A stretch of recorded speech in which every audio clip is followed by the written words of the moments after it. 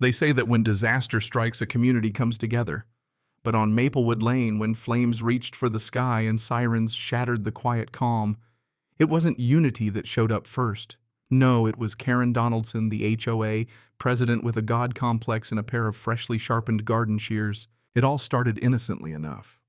The morning was like any other in the sleepy cul-de-sac. Birds chirped, sprinklers rotated, and the scent of someone's bagel wafted through the air. Raj Patel was tinkering with his drone in the garage. Sasha was recording a TikTok dance routine. Dale, the resident Vietnam vet, grumbled at a squirrel, unbothered by anything more significant than that. Then, the shout. Linda, standing on her porch, eyes wide with panic, yelled, "Fire!" The thick black smoke rising from house number 17 was enough to rattle anyone. Minutes later, neighbors poured onto the street as fire engines raced around the corner. The Miller family's house was burning, but when the firefighters rushed to save it, they weren't alone. Karen Donaldson, armed with her HOA clipboard, stormed out of her colonial-style fortress. "What the hell do you think you're doing?" Karen screamed, her voice shrill, as she marched toward the fire trucks. Her eyes were wild, her nostrils flaring as she saw the fire truck's tires resting on her precious walkway, the crown jewel of Maplewood. The fireman, bewildered, tried to explain, but Karen was in no mood to listen. "This is a protected pathway. Do you have any idea what you've done?" she shrieked. She wasn't concerned about the fire, not the lives in danger, but her pathway, her immaculate rose garden path. The firefighter tried to reason, "Ma'am, there's a fire. We're trying to save lives." Karen ignored him. She launched into a tirade about bylaws and landscaping. But when she saw the fire hose resting on her precious tiles, something inside her snapped. She rushed back to her garage and came out with a pair of heavy-duty garden shears. No one moved fast enough. In one swift motion, Karen snipped the hose in half. Water erupted from the rupture in a geyser, spraying everywhere. The firefighters scrambled, cursing as valuable seconds ticked away. The front of the Miller home collapsed in a cascade of embers and destruction. People screamed. The fire roared louder. Chaos reigned. The moment Karen severed that hose, Maplewood Lane lost more than just a house. The collective fury of a neighborhood watching a self-entitled dictator choose her flowers over human life was enough to ignite a change. And from that moment, there was no going back.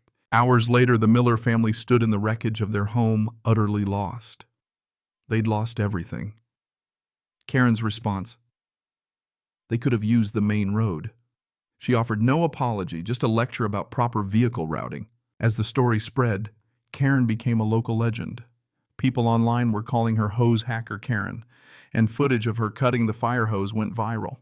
Neighbors quietly fumed while the HOA remained silent. Why? Because Karen was the HOA. But change was on the horizon.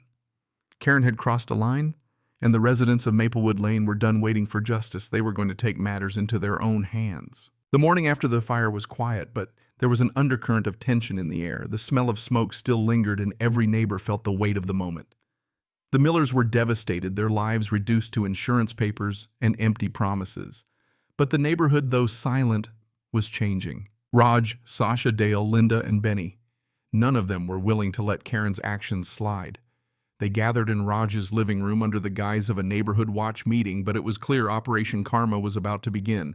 They gathered evidence. Raj dug into the HOA bylaws. Benny researched fire codes, and Sasha, with her large social media following, began posting the unfiltered truth. Slowly but surely, they built their case. But Karen wasn't ready to back down. The day after the fire, she showed up on the Miller's driveway, clipboard in hand, ready to make a list of violations. "For both your house and the community landscaping," she said, without an ounce of sympathy. She was utterly unmoved by their loss. But the neighborhood had had enough. One by one, people started to step forward. They were all on the same page now. No one was going to let Karen ruin their lives anymore. With Sasha's video of Karen cutting the hose now viewed millions of times, the residents were energized. It wasn't long before the pranks began. A flamingo here, a fire hydrant there. Each act of rebellion was a calculated strike against Karen's control. The neighborhood became a battleground not of physical violence but of quiet resistance. Karen had created a monster, and now she had to face it. The HOA meetings, once dominated by Karen's iron fist, became a spectacle. The community stood up to her. Raj exposed her financial discrepancies. Dale used his military connections to back up their claims. And Sasha's viral video sent shockwaves through the community. Karen, once untouchable, was beginning to lose her grip. And in the end, the community delivered their justice. Karen was ousted from the HOA.